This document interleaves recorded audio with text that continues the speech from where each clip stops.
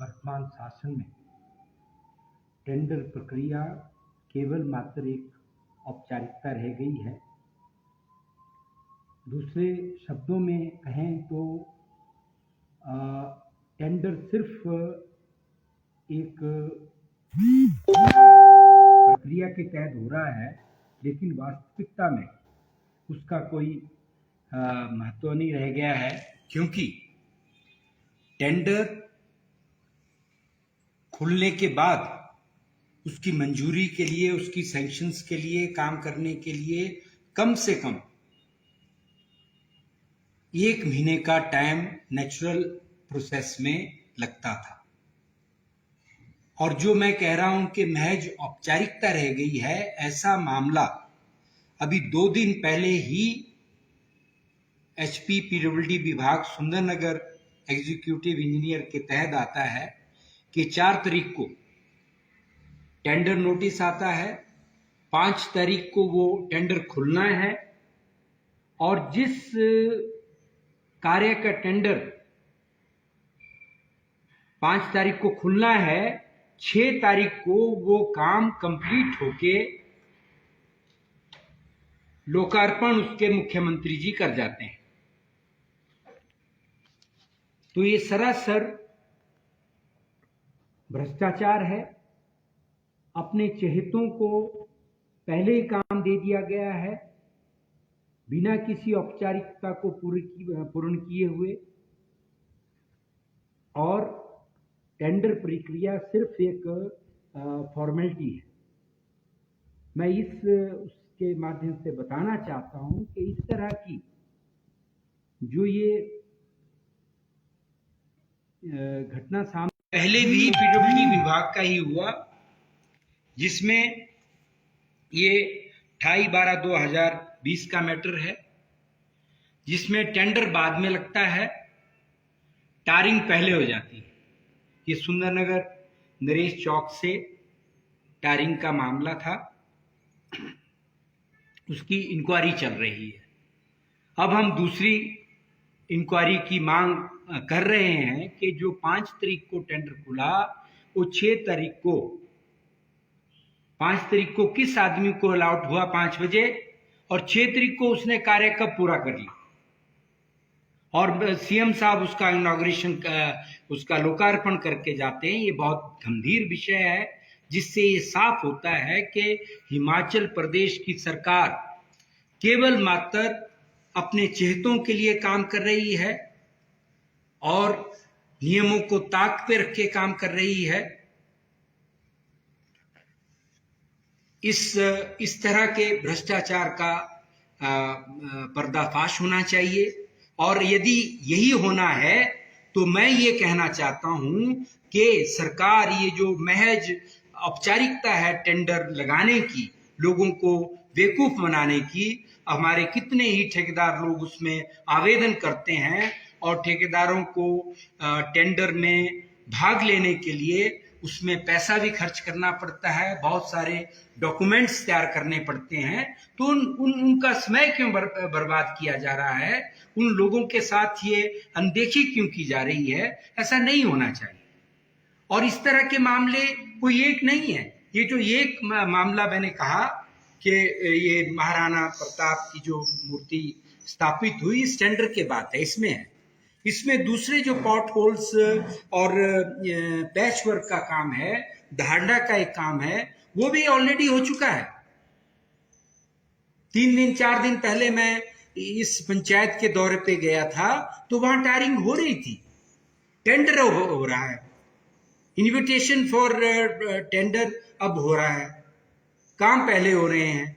और एक इसी विभाग के कांगू का मैं विषय लाना चाहता हूं कि 4 दिन पहले पैच वर्क हुआ।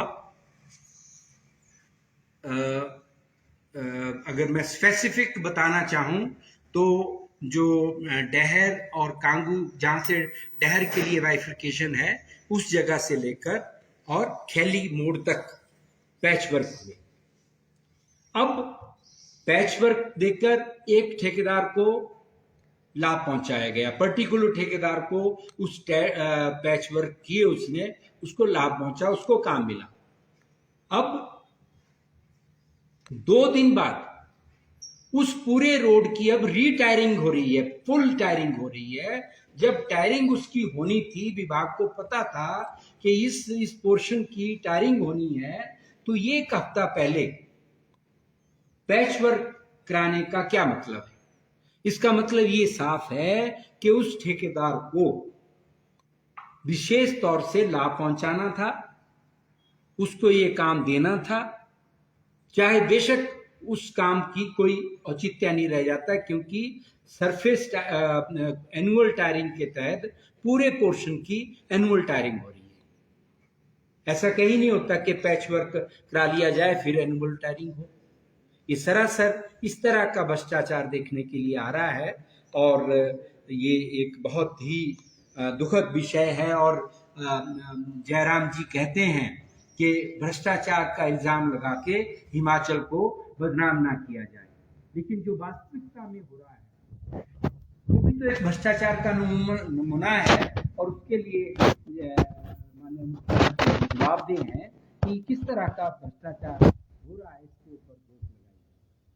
दूसरा विषय मैं आज इस प्रेस वार्ता के तहत दिखाना चाहता हूँ कि जो एक पेयजल योजना सुंदरनगर शहर के लिए बनी है, जिसका कार्य पूरा हो चुका है।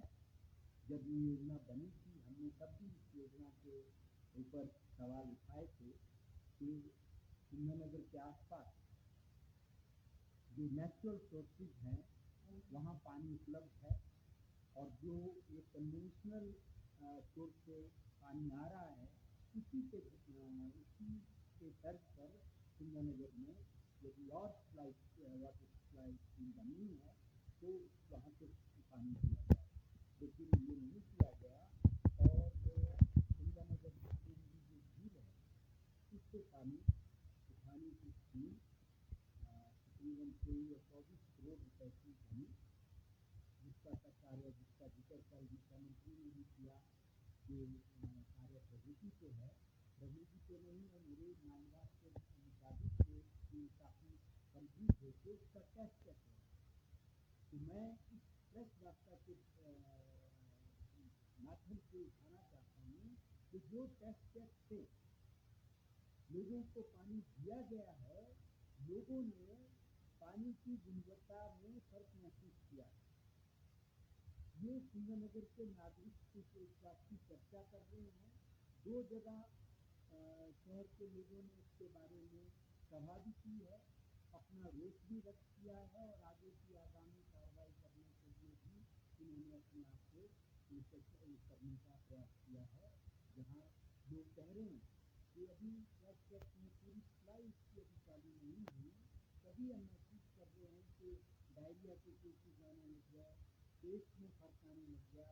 और अगर ये लगातार जब इस पानी का यूज लोग करेंगे तो हमें अंदेशा है कि इस पानी से ये पानी पूरी तरह फिल्टर नहीं किया जा सकता, ये स्वच्छ पानी पीने के काबिल नहीं होगा, तो बीमारी होने का अंदेशा है।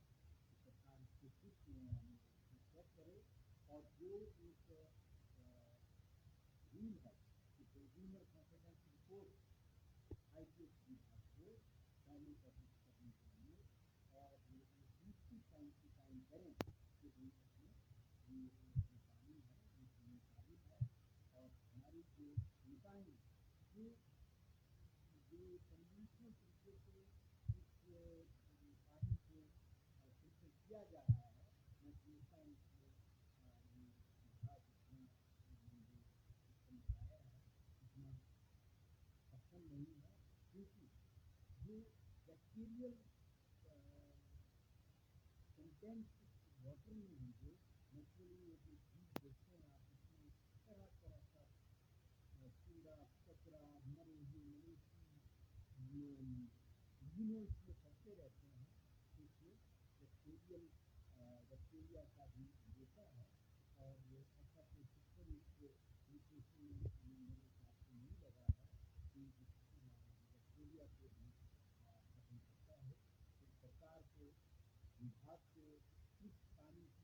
देने से पहले ये सुनिश्चित करें कि सारे मापदंडों में मानकों में ये खरा उतरे, ये कहना होगा।